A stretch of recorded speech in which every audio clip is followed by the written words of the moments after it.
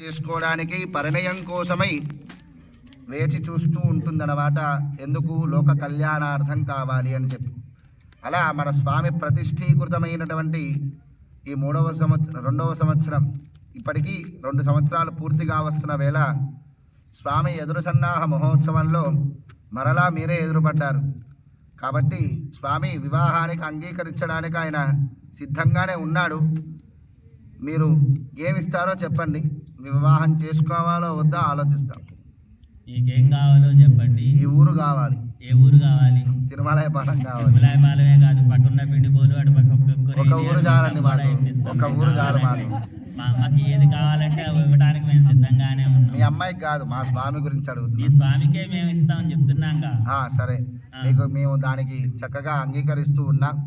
ఈ గ్రామాన్ని మాకు ఇస్తూ అన్నందుకు. అయితే ఈ రిజిస్ట్రేషన్ పేపర్లు ఏమన్నా కూడా సంతకం పెట్టండి ఫస్ట్, తర్వాత కళ్యాణంలో. ఓ మనకేం తక్కువ, అమ్మాయిలకు వచ్చాడు మంది. శ్రీకృష్ణావతారంలో తెలియదా మీకు? మేము అలాంటి అబ్బాయిలకు మేము ఇవ్వం. ఏకపత్ని వ్రతుడు అవుతే మీరు చెప్పండి. మా స్వామి ఏకపత్ని వ్రతుడే అని మీరు ఇప్పుడు చెప్తున్నారు. మేము అడిగిన తర్వాత చెప్తున్నారు. ఏదైనా అడిగిన తర్వాత ముందే చెప్పాం. మా అలాంటి వాళ్ళకే మేము ఇస్తాం, అంతేగాని ఆన్సర్ చెప్పాలి. పక్క వాళ్ళకి లైన్ వేసే వాళ్ళకి మేము ఇవ్వం. మా స్వామి మర్యాద పురుషుడని మేము ముందే చెప్పాం. స్వామి మా స్వామి మర్యాద పురుషుడని ముందే చెప్పాం మేము. అలాంటి వాడైతే మీరు మీకు ఆ భావన ఉంటే అవసరం లేదు. మరి ఒకసారి నిరూపించుకోండి. మరి ఎక్కడన్నా ఆల్రెడీ రామాయణంలో మీకు తెలిసే ఉంటుంది చరిత్ర. శ్రీరాముని చరిత్ర ఎలాంటిది అంటే, ధనుర్బాణాలని అమ్మ కోసమై వెళ్ళి చక్కగా భగవంతుణ్ణి నారాయణ స్వరూపంగా వచ్చినటువంటి రామనారాయణుడే సాక్షాత్తుగా శ్రీ సీతా మహాలక్ష్మి అమ్మవారికి ఆ ధనుర్బాణాన్ని శివధనుస్సును విరిచి మరీ స్వామి అమ్మవారు ఇరువురు ఏకమైనటువంటి చరిత్ర మన రామాయణంలో వింటూనే ఉన్నాం మనమంతా. ఆ భగవంతుడి యొక్క కృపా వాత్సల్యం, ఎవరు కూడా భగవంతుణ్ణి ఆర్తితో ప్రేమించిన వారిని రక్షిస్తాడు తప్ప ఇంకా వేరే వంక చూసేటటువంటి స్వామి కాదు ఆ స్వామి. మీ అందరికీ శూర్పణఖ యొక్క కథ అందరికీ తెలిసినదే కదా. మరి దాని గురించి తెలిసాక కూడా మీరు అడుగుతున్నారంటే మీకు చాలా అనుమానం ఉంది సుమా.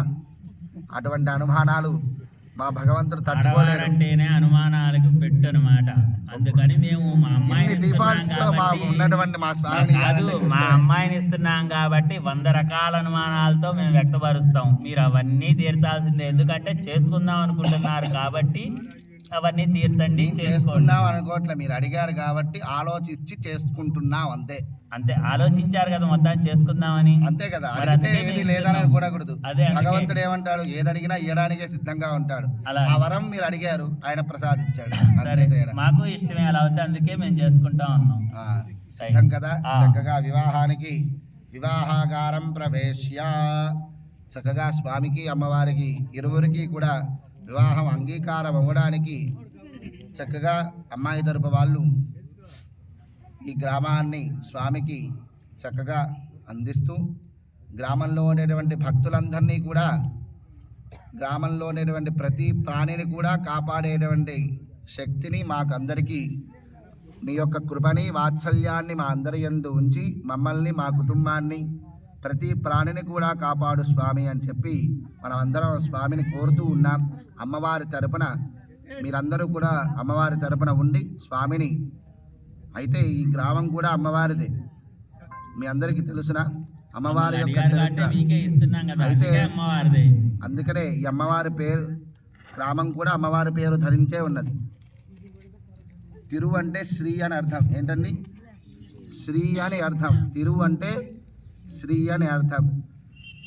శ్రీని నివాసం ఉంచుకున్నటువంటి స్థలము ఈ గ్రామం పేరు అన్నమాట. దానికి అందుకే తిరుమలాయ పాలెం. తిరు అనగా శ్రీ అని అర్థం. ఆ నివాస స్థానం ఇది కనుక స్వామి చక్కగా నా శ్రీ ఇక్కడే ఉంది, నేను కూడా ఇక్కడే ఉంటాను అని చెప్పి ఆ స్వామి సరిగ్గా మనకి 2023న స్వామి చక్కగా ప్రతిష్ఠై మీ అందరినీ కూడా అనుగ్రహించడానికి సాక్షాత్తుగా వైకుంఠం నుంచి ఇక్కడికి విచ్చేసి అందరి సమక్షంలో ప్రతిష్ఠ అయ్యి అమ్మవారి యొక్క శాంతి కళ్యాణం చేసుకొని మన గ్రామాన్ని ఆ స్వామి కాపాడుతూ ఉన్నాడు.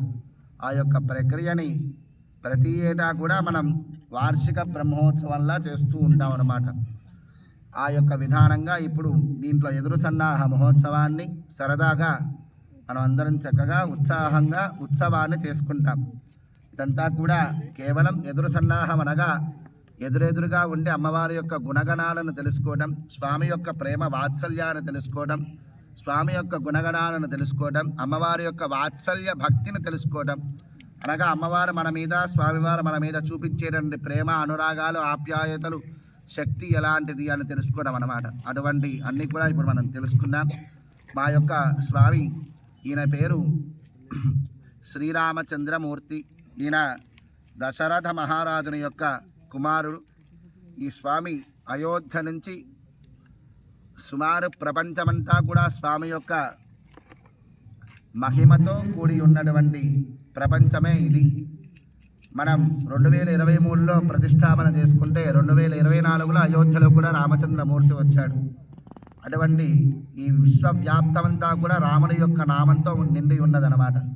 కాబట్టి ఆయన యొక్క గుణము అతీతమైనది, ఆయన యొక్క వాత్సల్యము అతీతమైనది, ఆయన యొక్క ప్రేమ అతీతమైనది, ఆయన యొక్క అనుగ్రహం అతీతమైనది అన్నమాట. ఇంతటి శోభన సుందర వాత్సల్యమూర్తి మా శ్రీరామచంద్రమూర్తి అని చెప్పడానికి గర్విస్తూ ఉన్నాం.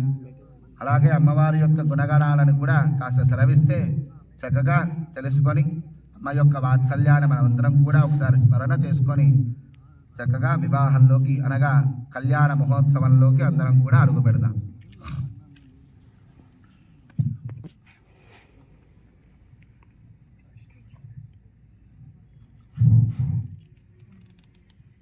మా అమ్మ జనక మహారాజు గారి పుత్రిక. చిన్నప్పుడే శివుని విల్లు విరిచింది. ఎలాగయ్యా అంటే బంతి కోసం వెళ్ళి ఒక వేలుతో లేపి చక్కగా శివధనుసుని విరిచింది అన్నమాట.